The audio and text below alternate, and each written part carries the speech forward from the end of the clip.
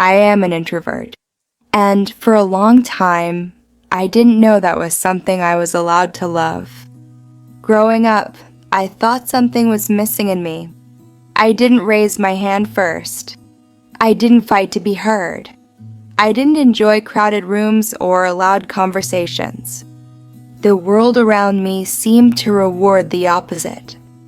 It celebrated the ones who spoke fast and filled silence, the ones who walked into a room and claimed attention without asking.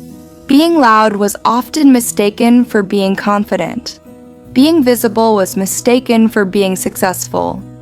And those of us who spoke softly learned how to disappear. Introverts are everywhere. We are not rare. We are not broken. But our way of living quietly, our need for space and solitude, is often misunderstood.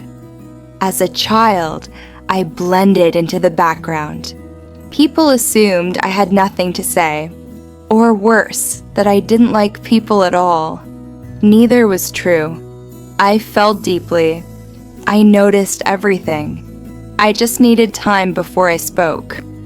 There's a common myth that introverts are shy or antisocial, that we don't enjoy connection. The truth is quieter than that. Introverts can enjoy socializing. We can love people, conversations, even parties. But the difference lies in what happens afterward. While extroverts often feel energized by constant interaction, introverts feel drained.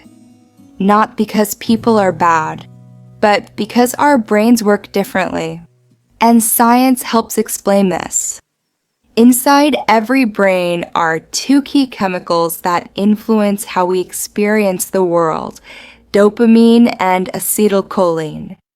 Dopamine is associated with excitement.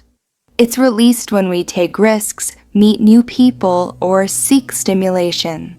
For extroverts, dopamine feels rewarding. It fuels them. But introverts are more sensitive to dopamine. Too much of it, too fast, becomes overwhelming. That's why busy environments, constant noise, and nonstop interaction can feel exhausting rather than exciting. Introverts find balance through acetylcholine. This chemical is released when we focus, reflect, read, or engage deeply with one task. It creates a calm alertness, a quiet sense of contentment. It's the feeling of being fully present without being overstimulated. And this is where introverts thrive. This isn't a flaw. It's a different operating system. Introversion and extroversion are not boxes. They exist on a spectrum. Some people lean strongly one way. Others fall somewhere in the middle, often called ambiverts. But understanding where you fall can change how you treat yourself. Once I understood my nature, I stopped trying to perform. I stopped forcing myself to speak just to fill silence. I stopped apologizing for needing time alone. Instead, I learned to value what I bring. I listen, not just to respond, but to understand. When I speak, my words are chosen carefully. They carry weight because they are not rushed. I don't have many friends, but the connections I have are deep, steady, and meaningful. Solitude is not loneliness for me. It is where my thoughts settle, where the noise of the day fades. Being alone allows me to reconnect with myself. Only after that can I truly reconnect with others. Living in a loud world requires strategies. I create small pockets of quiet. Music becomes a barrier, not for escape, but for focus. A walk in a park becomes a reset. Silence becomes nourishment. And despite what many believe, introverts don't reject the world. I admire its intensity, its chaos, its endless movement. But I don't need to be loud to belong to it.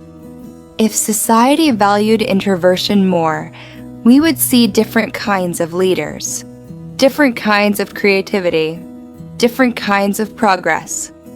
Quiet thinkers build systems. Listeners prevent mistakes. Observers notice what others miss.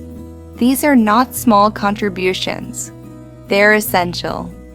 As Gandhi once said, in a gentle way, you can shake the world. Introversion is not about shrinking back. It's about standing still long enough to see clearly. And in a world that never stops talking, that might be one of the strongest positions of all.